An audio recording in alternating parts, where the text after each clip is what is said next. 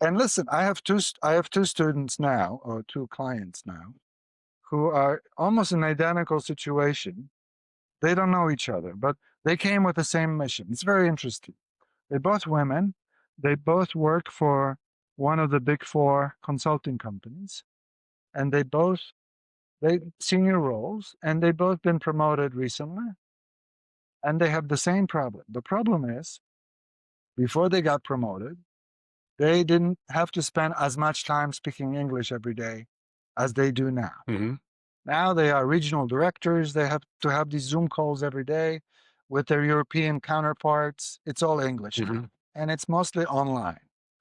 So in the online context, when there's difficult topics, controversial topics, judgment calls, you have to assert yourself. You have to be decisive. You have to express emotions.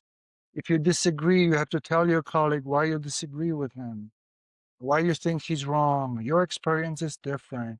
The context is a lot more serious. Hmm. And these women tell me, they both said the identically same thing, as if they were reading from the same script.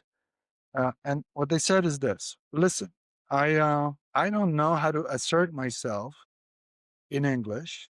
I don't know how to be more decisive in English.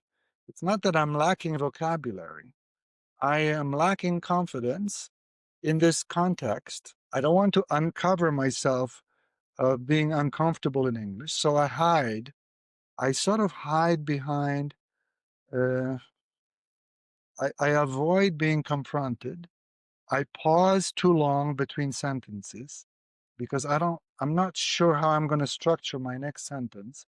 And all of a sudden, I'm being perceived as less capable a manager, less capable of a leader.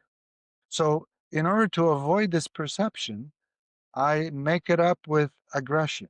I become too Passive aggressive. assertive, too aggressive. Hmm. Then I get the feedback because they all get feedback. They all get 360 feedback. These companies are rich, they can afford it.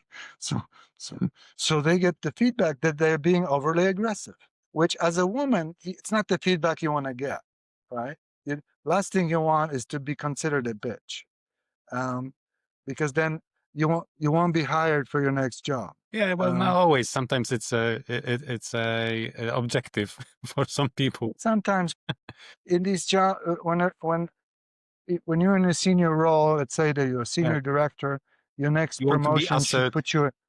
put you in a management board position somewhere. The last thing you want is the vibe that you're kind of a bitchy Hmm. Yeah. supervisor, right? You're difficult to work with. You don't want that, especially since you're going to be working with guys Exactly. primarily. Primarily guys. And that's interesting because you get the label and there is no a similar label for a man. You could be a dick. You could be an asshole. I think that it's on a different level. Yes, still. It's on a different level. Plus, a man is reinforced socially for being an asshole, Yeah, because so also would be the to word. be an asshole means you're very competitive. You're capable. You don't take prisoners. You can assert yourself. It's a masculine positive trait. For a woman to be overly aggressive, to be bitchy, is a negative characteristic. It could be effective in business, but people don't like you. If you're a guy and people don't like you, that's fine. There's lots of leaders people don't like, but they get things done.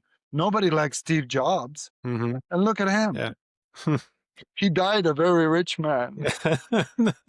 You can call that success. You could call that success. um, so both of these women have the same issue. And for both of them, the recipe is similar. We're working on confidence building in emotionally loaded contexts, business contexts. These episodes are loaded with conflict, Hmm. and they have to act out how a well spoken English woman behaves in these sort of situations.